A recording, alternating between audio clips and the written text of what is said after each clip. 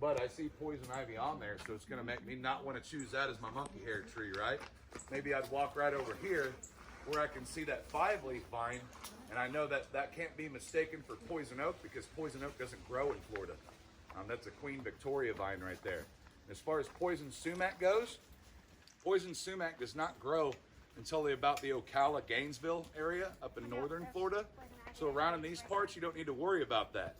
Just poison ivy. It's not until you start getting down south, kind of more in the Everglades region, you might start seeing what's called poison wood, which is a type of tree that can give a rash.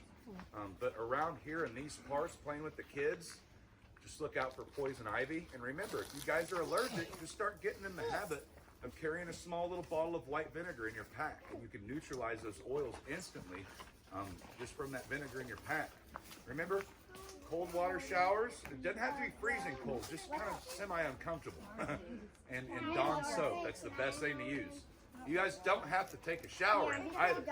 Like you can literally like, oh, I got my arm in poison ivy from splitting wood. Take the Dawn soap, rub it on you, and then run your hand underneath the cold sink, or even just wash it with the washcloth. You don't want to rub too hard as far as with the washcloth. You don't want to try to braid it and get it into the skin. But it's not going to hurt even just lathering up your forearms with poison ivy, lathering it up with Dawn because of poison ivy, and just running your arms underneath the sink.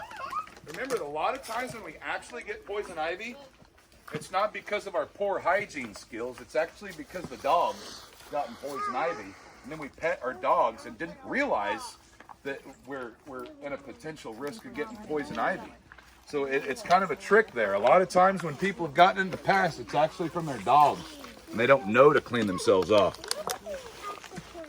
So remember, when you take your dog hiking out here and he's out sniffing around through this stuff, might be a pretty good idea to give him a bath too if you got someone at home that's highly allergic.